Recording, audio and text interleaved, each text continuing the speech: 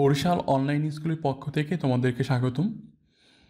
তো তোমাদের অনেকেরই রিকোয়েস্ট আছে, স্যার আমরা স্টোরি কীভাবে শর্টকাটে লিখতে পারি বা স্টোরি লেখার জন্য কোনো টেকনিক আছে কিনা। তো প্রথমেই বলে নিই, আসলে এই শর্টকাট টেকনিকটা সবাইকে ফলো না করাই ভালো। যারা একটু ভালো স্টুডেন্ট আছে তাদের চেষ্টা করা উচিত যে 10 থেকে 15টা স্টোরি আছে কমন, যেগুলো পরীক্ষা আসে ওইগুলো মুখস্থ করতে। কিন্তু আমি আজকে ভিডিওটা করছি শুধুমাত্র যারা একদমই ইংলিশে কোনো প্রিপারেশন নাই বা যারা প্রিপারেশন নিতে পারেনি যে কোনো কারণে, তাদের জন্য। যে একটা কথা আমি সবসময় বলি, something is better then nothing. নেই মামা হচ্ছে কানা মামা ভালো, তাই না? তো যারা কিছুই জানে না তার একটু লিখে আসার জন্য এই টেকনিকটা দরকার। তো আর কথা না বলে চলো শুরু করি। আজকে অনেকগুলো বিষয় নিয়ে কথা বলবো, স্টোরির A to Z, এবং কিছু টেকনিক তোমাদেরকে দেখাবো। তো আশা করি তোমাদের অনেক ভালো হবে পরীক্ষাতে। আর সবসময় একটা কথা বলি, আমার ভিডিওগুলো করার জন্য আমার অনেক বেশি পরিশ্রম করতে হয়, কারণ এখানে ইউরোপে আমার শিডিউল মেনটেন করাটা সো টাফ। তারপরেও কিন্তু আমি ভিডিওটা করি, যেহেতু সোমবারে আমি একটু ফ্রি থাকি, এই জন্য চেষ্টা করি প্রতি সোমবারে কিছু কন্টেন্ট, মানে এডুকেটিভ কিছু কন্টেন্ট নিয়ে আসার জন্য, লেসন ভিত্তিক। তো আশা করি তোমরা শেয়ার করবে, শুধুমাত্র খারাপ জিনিস শেয়ার না করে একটু পড়াশোনা রিলেটেড জিনিসও শেয়ার করলে মানে সেটা তোমাদের জন্য ভালো এবং অবশ্যই আমার জন্য বেশি ভালো। তো চলো শুরু করি। তো দেখো, একটা স্টোরি যখন আসে কিভাবে আসে, এখানে বসে the following is the beginning of the story, মানে এটা একটা কোনো গল্পের শুরু, তাই না? কমপ্লিট উইদিন 250, তাই তো? 250টা ওয়ার্ড তোমার নিজের ভাষায় লিখতে হবে। এখানে দেখো বসে অফ ইয়ার ওন, তার মানে তোমার কোনো বইয়ের মতোই লেখা লাগবে, হ্যাঁ? সেটা কিন্তু না। এবং বলছে গিভ এ সুইটেবল টাইটেল, একটা সুইটেবল টাইটেল তোমাকে দিতে হবে অফ ইউর স্টোরি। এখানে একটা তোমাদের বিষয় বলিনি, এই যে তুমি টাইটেল লিখতে পারছো, এই টাইটেল লেখার জন্য কিন্তু তুমি 15-র মধ্যে 2 মার্ক পাবা, ঠিক আছে? কারণ টাইটেল লেখার জন্য টেকনিক আছে, সেই টেকনিকও তোমাদেরকে দেখাবো।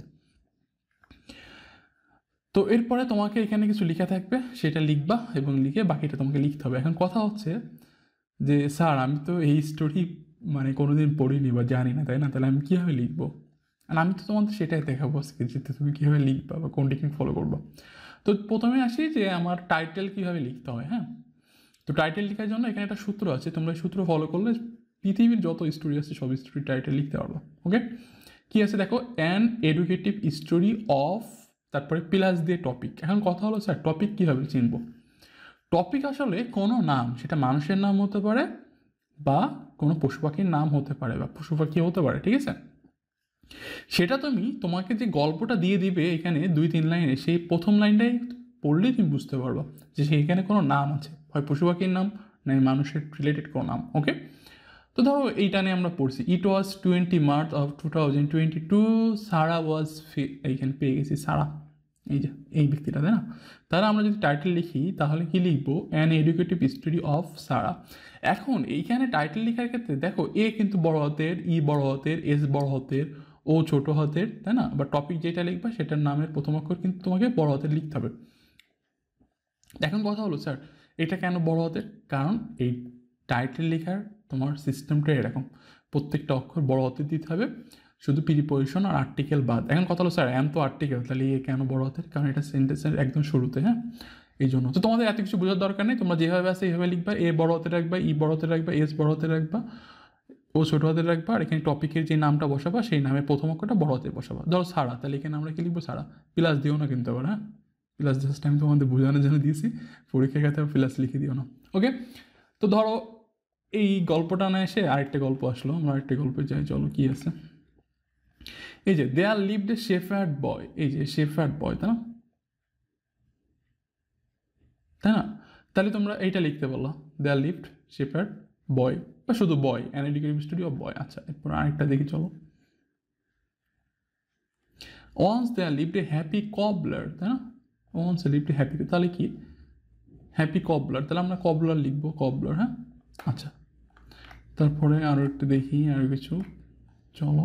তাহলে প্রথম লাইন পড়লে কিন্তু হয়ে যাচ্ছে, one day A boy of class. আচ্ছা, তাহলে আমরা পেয়েছি কি? বয়। ওকে, তাহলে আমরা এই বই, ধরো এই বইটা আমরা কীভাবে লিখব? অ্যান এডুকেটিভ স্টোরি অফ এ বয় দিতে পারো, বা অফ বয়, ঠিক আছে, সমস্যা নেই। আচ্ছা, এরপরে হচ্ছে আরও যদি দেখি আমরা, দেয়ার লিভড এ ফার্মার, তাহলেই হবে কি বলো? An educative story of a farmer. হ্যাঁ, এটা ছোটো হাতে দিবা আর ফার্মারে একটু বড় হাতে দিবা। ওকে, তো এই গেল টাইটেল। আশা করি তোমরা বুঝতে পেরেছো, এটা তোমাদের খাতায় লিখে রাখবা। এখন আসো, dash was is important part of his life. আচ্ছা, এখানে কী করবো বলো তো? এখানে টপিক, এখানে লিখবে কি টপিক, ঠিক আছে, টপিক। আচ্ছা, এই টপিক এইটা শুরু করার আগেও কিন্তু তোমাকে কিছু লিখতে হবে এর আগে। অ্যান্ড কথা হচ্ছে আগে কী লিখবো? এই যে তোমাকে এখানে দিয়ে দিছে না, এইটা লিখতে হবে, ঠিক আছে। বা ধরো আরেকটা স্টোরিতে চলো, এই যে এখানে কিছু দেওয়া আছে না, সেটা লিখতে হবে, বুঝছো? লিখার পরে তোমরা এটা লিখে রাখবা। এটা কী করবো? তোমাদের খাতায় নোট ডাউন করে রাখবা। আচ্ছা, ক্লাস কিন্তু এখন শেষ হয়নি, একটু ওয়েট করো। এখন প্রশ্ন হচ্ছে, স্যার এই গল্প আর ওই গল্প তো আলাদা, তাই না? তাহলে কি এক হবে? তোমাকে সেটা বলি। তুমি এখন একটা স্টোরিতে 15 মার্ক ধরো আছে, তুমি কিছুই লিখতে পারো না, কিছুই জানো না, তো তোমাকে তো কি ওই টপিকটা বাদ দিয়ে লিখতে হচ্ছে। 15 মার্ক তুমি কিছুই পাচ্ছ না। এখন তুমি ধরো ইংলিশে পেয়েছো 26, তোমাকে পাশ করতে হলে আর কত লাগবে বলো? 7, তাই না? এখন টিচার যখন দেখবে তোমার একটা জিনিস লেখা আছে, সে কিন্তু এই বেসিসে তোমাকে মার্ক দিয়ে পাশ করাতে পারবে। তো এই জন্য আমি বলি যে সব জায়গার থেকে আমাকে কিছু না কিছু লিখতে হবে, টাচ করতে হবে। কেন টাচ করতে হবে? যাতে টিচার পাশ করানোর জন্য আমার একটা কি লেখা পায়, ঠিক আছে। তো আমি বলছি না যে তুমি এইভাবে লিখলে 15-এর মধ্যে 10 পাওয়া, এটা সম্ভব না, এটা তুমিও জানো আমিও জানি। কিন্তু তোমার এই লেখাটাই তোমার কিছু না হোক 5 মার্ক তোমাকে দিয়ে দেবে। কারণ কি, টপিকেই তোমাকে 2 দিচ্ছে, আর তুমি যে লিখছো, এই যে এইটুকু লিখছো, তারপর আরও লিখছো, হ্যাঁ, সেই জন্য মার্ক পাবা। আর কথা হচ্ছে, বোর্ড পরীক্ষায় যদি এটা বলা উচিত না, টিচারদের এত পড়ার সুযোগ থাকে না, তারা দেখে আসলে তুমি লিখছো কেনা, ঠিক আছে, ওকে। তবে আমি তোমাদেরকে বলি, যদি তোমাদের কমন পড়ে স্টোরি, সেক্ষেত্রে তোমরা এই ছলচাতুরির আশ্রয় নিবে না, চেষ্টা করবা, ওকে, যে একটু ভালোভাবে পড়ার। এখন আসো, স্টোরি সাধারণত 2 ভাবে আসতে পারে। একটা হচ্ছে কোনো মানুষ কেন্দ্রিক আসতে পারে, হ্যাঁ, আরেকটা হতে গল্প কেন্দ্রিক, মানে কোনো পশুপাখি কেন্দ্রিক। তো ধরো তুমি একটা মানুষ কেন্দ্রিক পড়েছো, তো স্টোরি তো একটা মানুষ কেন্দ্রিক আসছে, তুমি সেই গল্পটা, মানে যে গল্পটা পড়ছো, সেই গল্পটা ডাইভার্টস করবে। এখন কথা হচ্ছে, ডাইভার্ট করবো স্যার কীভাবে? চলো তোমাদেরকে একটা গল্প বলি। একটা টিচার একবার আমাকে একটা গল্প বলছিল আমাদের ক্লাসে, তখন আমরা 9 না 10-এ পড়ি, এক্স্যাক্টলি মনে নেই। তো গল্পটা হচ্ছে এমন যে একটা স্টুডেন্ট শুধুমাত্র একটা রচনা করেছে, রচনা হচ্ছে কি কুমির, ঠিক আছে। তো ওদের 5-এ পড়ে আসছে হচ্ছে আমাদের নদী, হ্যাঁ, রচনা। তো লিখছে যে আমাদের গ্রামে একটা নদী আছে, নদীর নাম এই, নদীতে কুমির আছে, এবার কুমির বর্ণনা চলে গেছে, ঠিক আছে। এবার পরের পরীক্ষায় আসছে তোমার প্রিয় শিক্ষক, এবার তোমার লিখছে যে আমার প্রিয় শিক্ষকের নাম সাব্বির, সে হচ্ছে নদীর ধারে বাস করে, নদীতে কুমির আছে, কুমির হচ্ছে গাছে ঘাস কাটা, ঘাস কাটা, ঘাস কাটা। তো তোমাকে এই ডাইভার্টটা করতে হবে। যদি কোনো ব্যক্তির নাম আছে, তুমি তো একটা ব্যক্তি নিয়ে পড়েছো, তাই না? তুমি ওই ব্যক্তির নামটা চেঞ্জ করে ওই গল্পে চলে যাবা ডাইভার্ট করে। আবার যদি ধরো পশু পাখি রিলেটেড কিছু আসে, তুমি পশু পাখির একটা যে পড়েছো, পশু পাখির গল্পটা শুধু টপিকটা চেঞ্জ করে, মানে নামটা ধরো ক্রো পড়ছো তুমি, আসছে টাইগার, ইয়ে করে তুমি কী করবা, ওই গল্পের মধ্যে নিয়ে লিখে দিবা, ঠিক আছে। কারণ স্টোরি সবসময় কিন্তু বলেছে ইয়োর ওন ওয়ার্ড, তার মানে স্টোরি মানে স্টোরি, ঠিক আছে। এটা কখনো বাস্তবিক হইতে হবে বা একদম বইয়ের মতোই ওইটাই হইতে হবে এরকম না। তোমার মনে, মানে তোমার ইচ্ছা মতো একটা গল্প তুমি লিখতে পারলে হচ্ছে, ঠিক আছে। আচ্ছা, আর গল্প লেখার শেষে আমরা কি লিখবো দেখো? লিখবো at last it is said that this story gives us an educative lesson. ইনশাল্লাহ আমরা যদি এইটুকু লিখতে পারি 5-7 আমরা পাবো, ঠিক আছে। আবার বলছি, নিয়ম হচ্ছে কানামা ভালো, যারা আসলেই কিছু পারবে না তাদের ক্ষেত্রে এইটা বিষয়টা। তো আশা করি তোমাদের ভালো লেগেছে, আর আমি খুব শীঘ্রই চেষ্টা করব তোমাদেরকে গ্রাফচারের একটা শর্টকাট টেকনিক দিতে।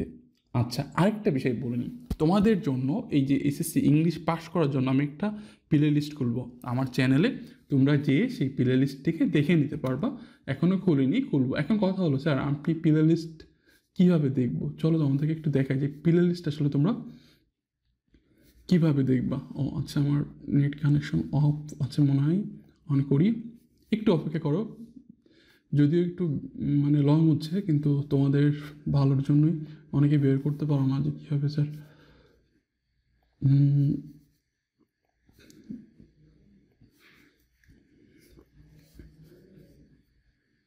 প্লে লিস্টে যাবো। আচ্ছা, একটু লেট হচ্ছে। আচ্ছা, লোড হয়েছে। আচ্ছা, তোমরা চ্যানেলে গেলে, হ্যাঁ, চ্যানেলে যাওয়ার পরে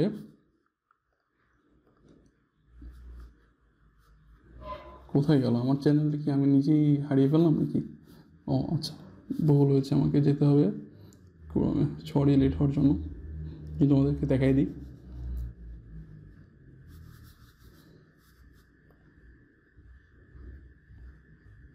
বসে অনলাইন স্কুল খোলো না কেন?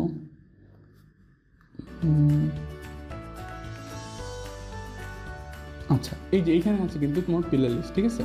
তোমরা এই যে প্লে লিস্টে যাবা, প্লে লিস্টে যাওয়ার পরে প্লে লিস্টে তোমার কিছু ভিডিও আছে, যেমন ধরো ন্যারেশনের ভিডিও, ট্যাগ কোশ্চেনের ভিডিও, সেন্টেন্স কানেক্টরের ভিডিও, রাইট ফ্রম ভার্বের পর এসএসসির জন্য, হ্যাঁ এসএসসির জন্য, এই সবগুলো কিন্তু পেয়ে যাবে। তো তোমাদের যেটা দরকার সেটা। এবং একটা জিনিস তোমরা দেখো, এখানে একটা রিটেন সাইড আছে, রিটেন যে রাইটিং সাইড শর্টকাট, তোমরা এখানে গেলে রাইটিং সাইডের শর্টকাটগুলো পেয়ে যাবা। এবং আমি এরকম একটা প্লে লিস্ট নতুন করবো, HSC English pass, only for pass. সেখানে তোমরা পাস করার জন্য যে 6-7টা ভিডিও দেখলে সম্ভব, সেই 6-7টা ভিডিও তোমাদেরকে আপলোড করে দেখাই দেবো।